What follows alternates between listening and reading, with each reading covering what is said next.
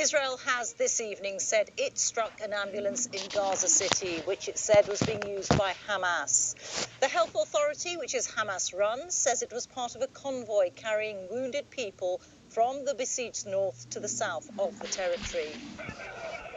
Around 4 this afternoon, an ambulance outside Shifa, the main hospital in Gaza, was destroyed by an Israeli aircraft.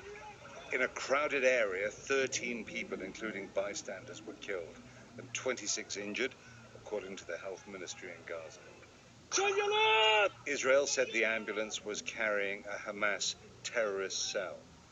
Hamas said the attack was Zionist Nazi terror. Thousands of Palestinian civilians are sheltering at Shifa Hospital.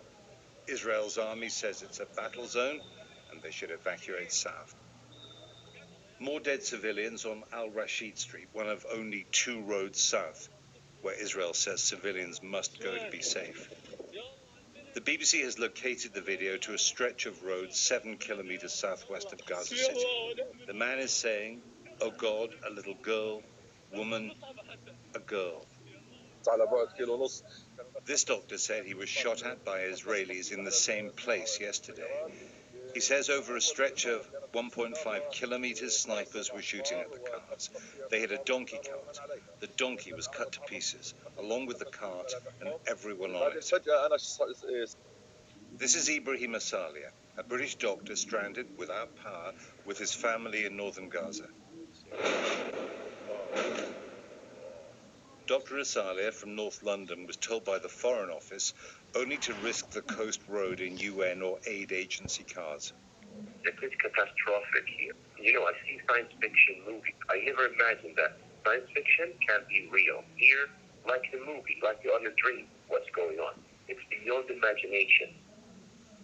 Antony Blinken, the U.S. Secretary of State, returned, hoping to ease the pressure on Gaza's civilians. Good afternoon, everyone.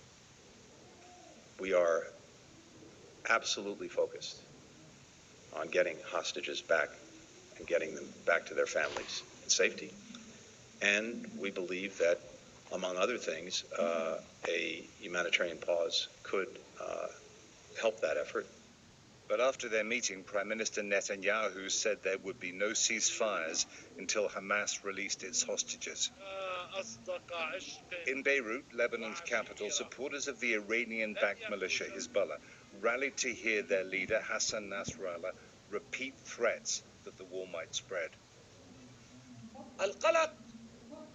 The concern, he said, is that this front might tumble into a wider war. It's a real possibility, and the enemy should make every allowance. Back in Gaza, this is what's left of Maghazi refugee camp. It's in the south where Israel is telling Palestinian civilians to go to escape danger. But there are only bad options at the moment for Gaza's endangered people and diplomats who want to stop this war escalating. Jeremy Bowen, BBC News, Jerusalem.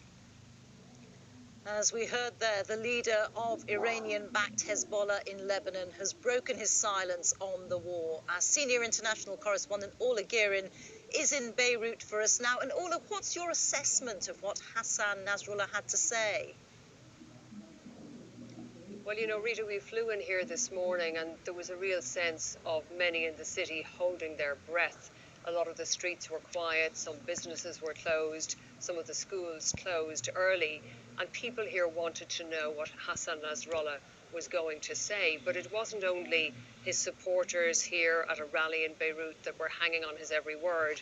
It was officials in Tel Aviv, it was officials in the White House, because the big concern has been, would the bloodletting of the past month produce a wider regional conflict? Now, in the event, we got a lot of fiery rhetoric from the Hezbollah leader, a lot of denunciations of America and Israel. We did not get any kind of explicit, all-out declaration of war against Israel. He said all options were on the table. He said the risk of a wider regional conflict remained, but he sounded almost defensive when he was describing what Hezbollah has done so far. It has been carrying out cross-border attacks, tying up Israeli forces on the border, using artillery, using drones. He said some might say that's not significant, but actually it's really important. we do know that Hamas has been hoping for more. Now, reading between the lines today, I think the message to Hamas was more or less, you're on your own for now. And the leader of Hezbollah was at pains to stress that the operation, he said that was a 100% Palestinian operation carried out in great secrecy, and that other Palestinian factions didn't even know, let alone allies like Hezbollah or Iran. So the message was this was the doing of Hamas in Gaza.